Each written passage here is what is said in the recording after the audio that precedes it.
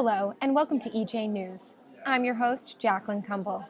Today's news brief is on mold in New York City public housing. It is a story that has a complex history of good intentions and racism and classism. Mold continues to plague residents, impacting their health and quality of life. I'm reporting on this issue because I live right beside several public housing buildings on the Upper West Side in Manhattan, including the De Hostos Apartments on 93rd Street, the Douglas Community Center on 104th Street, and a housing authority building on 96th Street. Our story begins during the Great Depression. With unemployment rampant and people losing their life savings, many citizens lost their homes to forced sales and foreclosures. Very few folks were able to afford and purchase new homes. The construction of affordable housing was few and far between. President Roosevelt enacted the New Deal in 1933 and brought housing reform to the federal level. The federal government would ignite the creation of public housing in the hopes of addressing the housing shortage and providing affordable housing to working and middle-class citizens. Federal legislation passed in 1934 to create the Federal Housing Administration. Its purpose is to make credit more available to lenders for home repairs and construction, and to make better housing available to low and moderate income families. The New York City Housing Authority was created in 1934. The NYCHA opened its first public housing project, called First Houses, in 1935 in the neighborhood of the Lower East Side. The first public house was for the unemployed middle-class and working-class white families that lived in the neighborhood, although it did not legislatively discriminate based on race. Families had to meet certain criteria in order to obtain housing, such as steady employment, desire to improve, social background, and income.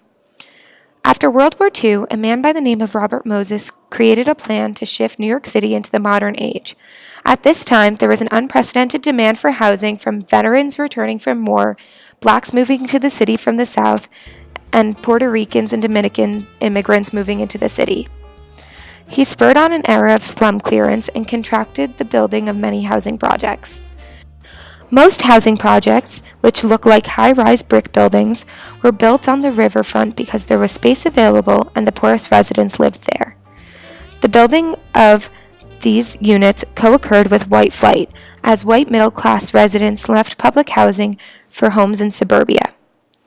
With the number of white residents shrinking, vacancies were opening for many of the Black and Hispanic people who were on the wait list for these houses.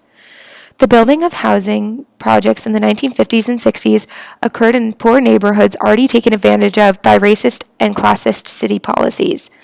Children in NYCHA homes were zoned into the already unperforming and underfunded schools in the neighborhood. Trash depots were in residents' backyards, and surrounding green space was often a prime location for drug use and other criminal activity. Over a span of decades, the NYCHA's buildings continue to be underfunded, and environmental justice is overlooked. The buildings, most of which were built in the 1950s and 60s, began to crumble apart and break down without necessary renovation and maintenance. Broken, rusty pipes and leaking roofs caused apartments to fill with mold. Old-fashioned ventilation prohibited air circulation necessary to avoid the growth of mold. Due to procedural injustices, these unhealthy living conditions continue to plague residents. Those who are affected most by the mold, Black and Hispanic people, as well as elderly and children, are not properly listened to or attended to. Now, mold affects all 328 NYCHA complexes across all the 5 boroughs. Today's residents, many of whom are elderly and children, and most of whom are people of color, are subjected to the mold that is a product of neglect and underfunding. This mold problem was exacerbated when Hurricane Sandy struck New York City in October 2012. As stated before, many of the housing projects built in the 1950s and 60s were along New York City's waterfront. During the hurricane, many of those buildings in the Rockaways, Lower Manhattan, Red Hook, South Bronx, Staten Island, and Long Island City became inundated with water. Already faulty infrastructure could not keep the water out. Basements flooded, roofs caved under pressure, leaking water into the apartments below, and water seeped through the ceilings and walls. Efforts to rid these apartments of water were slow and small, and the residual water and moisture created an influx of mold. impacting many residents. The NYCHA tried to move several of the affected families, but they were often moved into units that were also infested with mold. Mold not only creates an eyesore that diminishes one's sense of belonging and happiness in their own home, but it also causes numerous health hazards that are both scary and costly. Mold is a common allergy, causing irritated eyes, constant congestion, and a sore throat. Mold spores in the air also contribute to respiratory problems such as asthma. Asthma is particularly common in children living in moldy homes. Asthma is a life-threatening chronic condition that hinders a child's school attendance, participation in activity, and quality of life. Older folks, especially those who already have respiratory problems such as COPD and emphysema, are especially vulnerable to having breathing difficulties and contracting lung infections.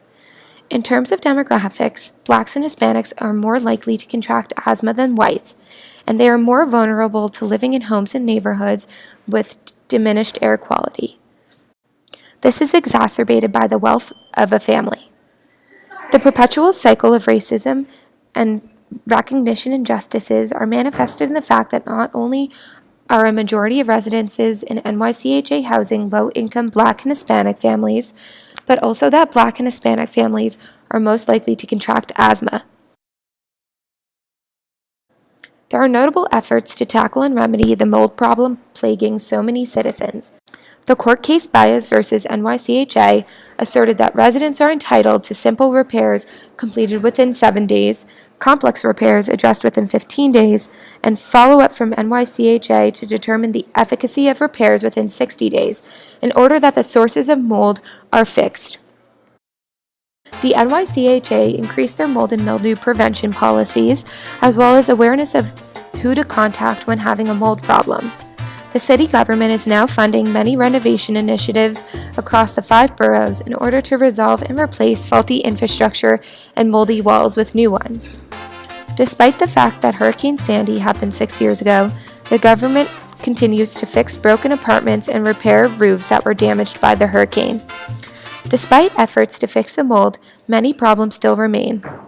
In 2015, the NYCHA went to court for noncompliance with the terms of Baez versus NYCHA case. Residents claimed maintenance repairs were cover-up jobs that failed to address the root causes of mold, and that many families were transferred from one moldy apartment only to go to another moldy apartment. As well, the NYCHA continues to fail to respond to requests of mold remediation, and less than 16% of residents receive relief from mold after NYCHA cleaned and painted mold-affected areas. In addition, the Trump administration proposed a 68% decrease in funding for public housing, significantly diminishing the ability of the city to afford renovations necessary to rid public houses of their mold problem and improve the health and well-being of residents. This has been another EJ News Brief. I'm Jacqueline Cumble. Have a good night.